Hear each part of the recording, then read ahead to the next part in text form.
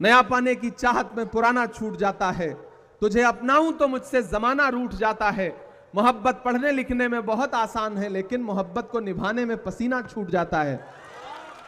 आप बैठे हैं, उस तरफ बड़ा क्रिकेट का मैच चल रहा है। मैंने उमेर जी से कहा था कि ऐसी तारीख में आप कार्यक्रम क्यों रख रहे हैं जब वहां दुबई में भारत पाकिस्तान का क्रिकेट मैच होने जा रहा है और हमारी भारतीय टीम बुरी तरह से पाकिस्तान को रौंदने जा रही है। ऐसे दिन आप कोई राजनीतिक कार्यक्रम मत रखिए। लेकिन उनका मन था कि नहीं, 23 तारीख के बाद फिर और व्यस्तताएं हैं। तो आज आपके बीच में हम सारे लोग हाजिर हुए हैं और आपसे साथियों में कहना चाहता हूं कि संविधान महज एक किताब नहीं है, इसमें महज कुछ पन्ने नहीं है। डॉक्टर बाबा साहब अंबेडकर ने कितने रातें जाग करके अपने खून पसीने से इस संविधान को लिखा था। वो संविधान जिसमें महात्मा गांधी के सिद्धांत हैं, वो संविधान जिसमें पंडित जवाहरलाल नेहरू के उसूल हैं, वो संविधान जिसमें मौलाना आजाद के सपने हैं, उस संविधान को कई दशकों तक भारतीय जनता पार्टी के आनुषंगिक संगठन उसका विरोध करते रहे, तिरंगे का विरोध करते रहे।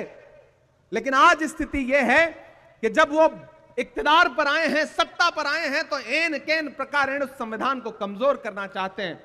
नए नए बिल लाए जा रहे हैं पार्लियामेंट में, जनता के विरोध में सारे काम किए जा रहे हैं और मैंडेट चूंकि उनके पास है। और इन दिनों लोकसभा चुनाव के बाद जो थोड़ा सा नरमी आई थी, हरियाणा और महाराष्ट्र 2 राज्य जीत गए, तो मनोबल इतना बढ़ गया है कि डॉक्टर बाबा साहब अंबेडकर के खिलाफ देश की संसद में ऐसी भाषा का इस्तेमाल कर रहे हैं जो अहंकार में डूबी हुई है।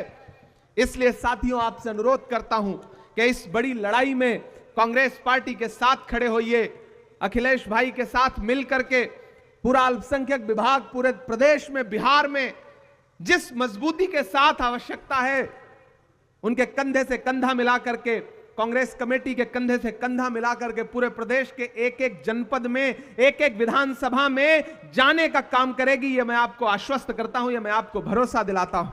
और चुनाव के दौरान तो हम लोग आएंगे ये चुनाव प्रचार में, लेकिन मैं चाहता हूं कि आज से एक रोड मैप बने। अध्यक्ष जी, आप निर्देशित करें हमारे स्टेट चेयरमैन साहब को, हमारे प्रभारी जी को, और उसके बाद जहां भी आवश्यकता लगती है। मुझे खुशी है कि आपने माइक पर यह बात बताई कि मेरा बिहार से एक जज्बाती लगाव है। इसमें कोई दो राय नहीं कि बिहार से मुझे एक जज्बाती लगाव है। इसीलिए जब भी मुझे देश की पार्लियामेंट में बोलने का मौका मिलता है तो मैं कोशिश करता हूं कि बिहार के जो भी मुद्दे हैं उनको अपने भाषण में जरूर समेट सकूं और सदन के पटल पर रख सकूं।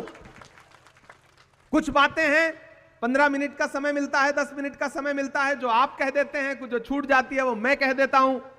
यही एकजुटता तो हमें आगे ले जाएगी। इसी एकजुटता की तो आवश्यकता है और इसी एकजुटता को अपनाने की जरूरत यहां चंपारण के हमारे लोकल नेताओं को भी है कि आप अपनी दुनिया में मगन बने बैठे रहिए, लेकिन अंततोगत्वा एक वोट से भी अगर सत्ताधारी लोग जीत जा रहे हैं तो हार है।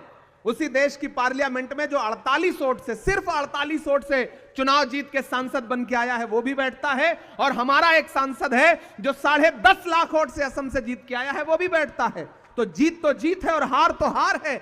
और लोकतंत्र नंबर का खेल है। चुनावी प्रणाली जो है वो नंबर का खेल है, कितने सर, कितने मतदाता, कितने वोट। तो इस गणित में आपको